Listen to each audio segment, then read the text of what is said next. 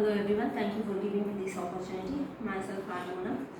I am going to say the fourth word, that is Matthew chapter 27 verses 46. My God, why have you forsaken me?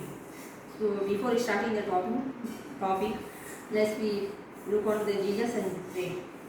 Lord, thank you for this wonderful time, Lord. Lord, thank you that you giving us this opportunity for saying your words, Lord.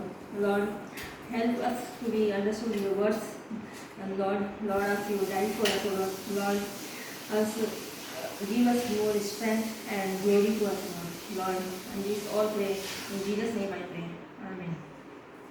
So we look the God verse, that is fourth word, my God, why have you have forsaken me.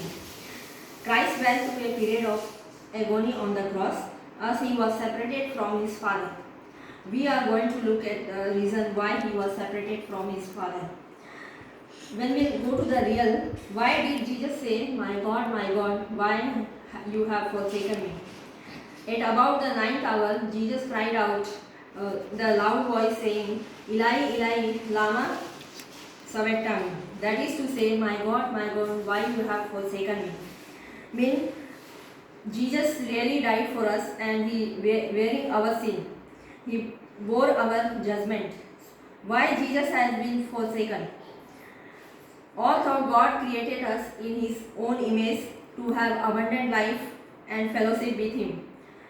But because of our sin, the relationship between the man and God was broken and it made separated from the God. So separation from the God is everyone problem. It's just not related to the Adam.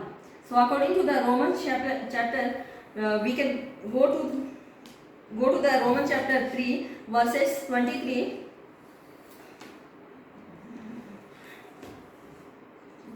It says, all have sinned and fall short of glory of God.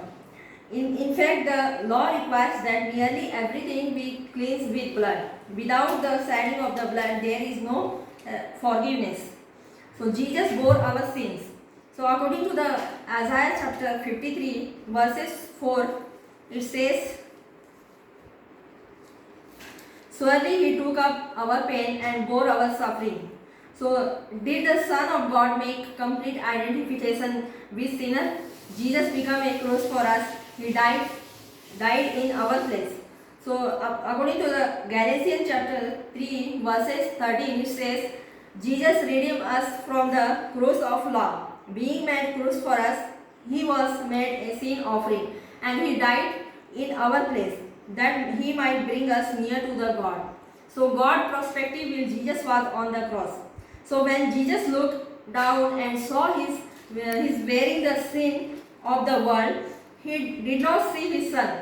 He saw instead the sin that he was bearing. God hid his face from the Jesus when he was on the cross. So what do you think? Was he playing hide and seek with Jesus? No, he is not. God and his holiness. God is so holy that even when Jesus was bearing our sin, he has forsaken his son so that we are forgiven. So it was sin that caused Adam and Eve to run away from the God and hide among the trees of the garden. So sin always brings separation, shame and pain. God love demand restoration, which in the demand holiness. So we were born with the sin, but definitely we are not out to die with the sin. So today my question is, are we living holiness or holy life which please God? We are celebrating God we are every time we will tell we are with God and we are the holiness.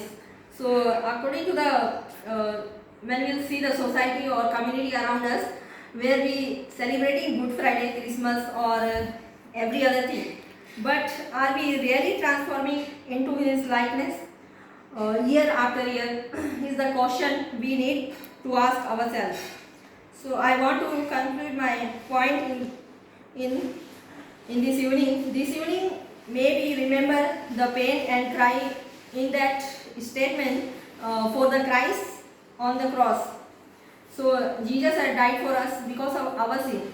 So this is the time to be forgiveness. So we can join with the Jesus. We can understand His words, and we have to be connect with the God to know the righteousness. So before thank you, I want to be all to be pray together, and we want to pray. So let us close your eye. Let us this moment we should remember the Jesus that because of our sin He died for us. So let us close your eye. We will pray. Lord, thank you for this wonderful time, Lord.